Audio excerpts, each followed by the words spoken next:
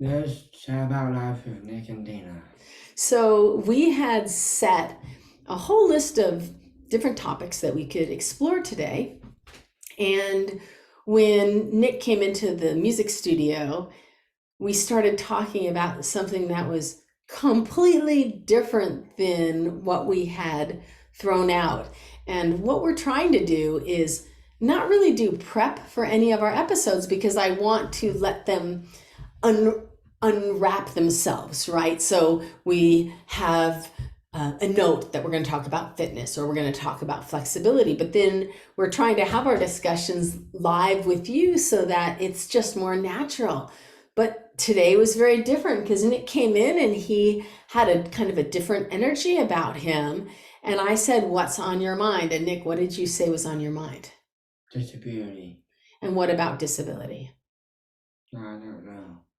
You don't know what? I don't know what it means. You don't know what the word disability means? Yeah. Okay. So when he said that to me, I thought, that's a really big question. And so we had a little discussion about how disability really is just a condition, and it can be physical, it can be with your mind, that makes it more difficult for you to do certain things. And so then what did you say, Nick? I don't know. Well, when I give you a definition for disability in general, like I just did, what does that bring up for you in terms of your thoughts?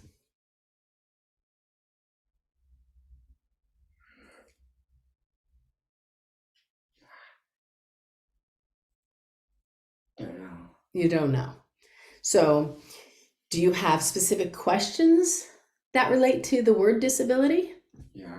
What are your questions? What is my disability? What is my disability? So, that's a great question.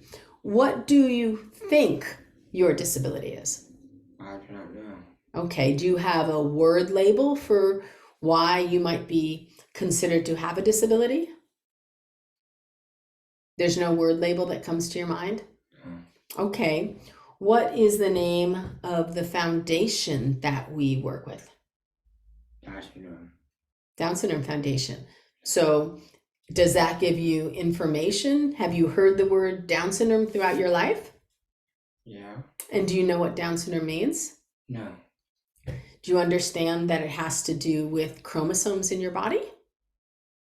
That I do know. You do know that, right? So you know that typically people have 23 pairs of chromosomes in their body, and the 21st chromosome for someone that doesn't have Down syndrome has just two. And there are three, trisomy 21, three pieces of genetic material in that chromosome if you are considered to have Down syndrome. So did you understood that, right? Yes. We've talked about that because we've been talking. I remember, Nick, remember when you were little and we'd be cleaning out your closet and I would grab things that you never use and we'd put it on the washer dryer and we'd say, okay, we're going to bring these and donate them. And you'd say, I don't want that to go to Down Syndrome Foundation. Remember how you'd say that? Do you remember that at all? I do not remember. Okay. So the word, we've used the word a lot, and I really feel like for a long time we have talked about what it means to have an extra copy of the 21st chromosome and that it makes it harder to do some things, right? Yeah. But so Nick and I just started talking, and it's really interesting because I think I'm not really understanding what you're not understanding. And then we talked a little more, and I think I'm not understanding that you want to know what does it mean to you in your life to have Down syndrome? Yeah. Yeah. And so, and you might notice too, there's a whole different energy about this discussion. And Nick feels what did you say? It's been heavy on your mind?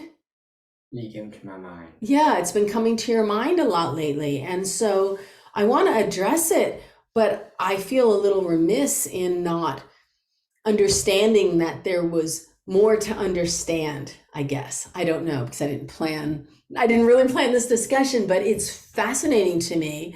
And Nick, the way I like to look at it is that each of us has a set of skills. And some things are our strengths. They're things we're really good at.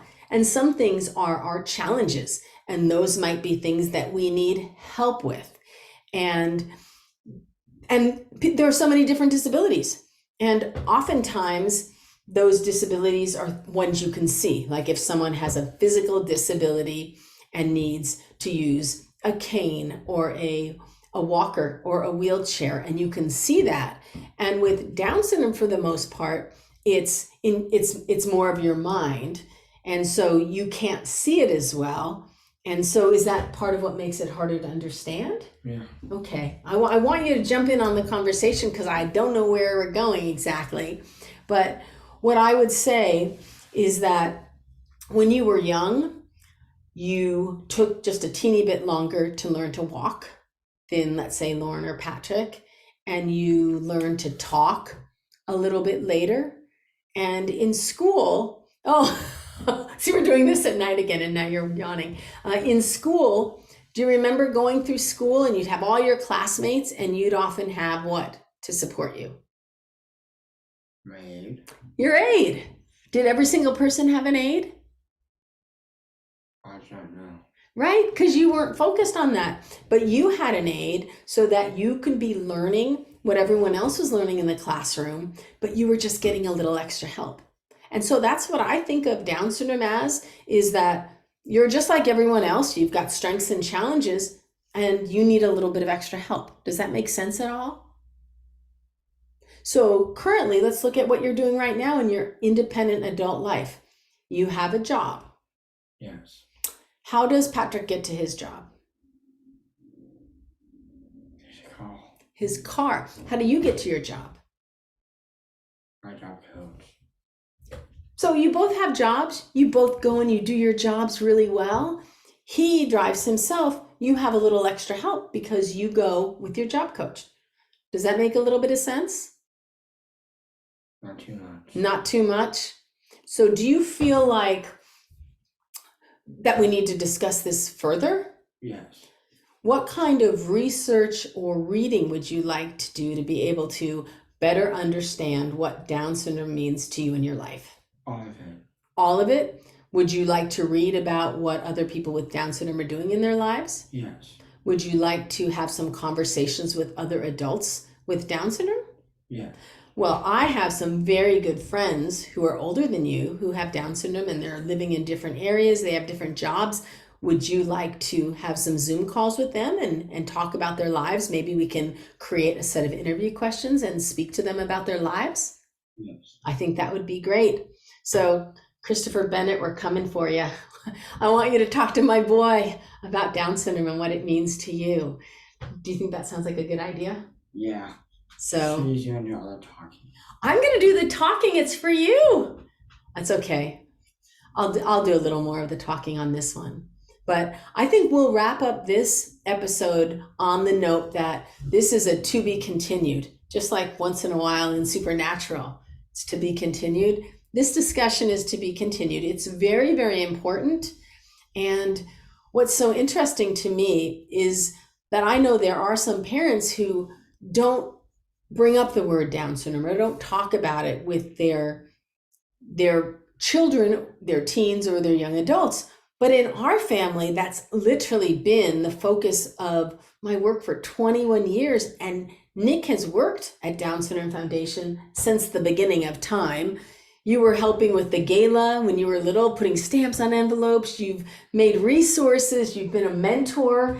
And you have so many friends who have Down syndrome, yet I never really thought about the concept that you might not understand what it means for you on a going forward basis in your adult life. So I want to say thank you so much for raising this issue, because I wanted to talk about something completely frivolous. And instead we went down this very unexpected, serious path. But I appreciate it, Nick, because you're a deep thinker and this is a really important issue. And I think that it's helpful for all of us to spend a little bit of time considering how we support teens and adults with Down syndrome in ways that are respectful that support their strengths and their challenges, and that allow them to lead lives that are very independent and full of a choice. Does that sound like a good idea to you? Yeah. Okay, so we're going to wrap it up. We'll be back probably in a few weeks to talk a little bit more about Down syndrome. And Nick, when we come back, I want you to share a little bit about what you've learned, what it means for your life. Does that make sense? Yes. Okay. And one of the things we can do is something that other people do in their lives all the time is we can set a list of some of your goals that you have for your life. We do this with Regional Center, right? But some of the goals and what steps we might have to take to help you reach those goals. That would be a proactive thing we can do. Yes. Good? Yes. Are we signing out now? Yes, we are. All right. How do we do that? Like we always do. Talk to you guys soon. We'll be back.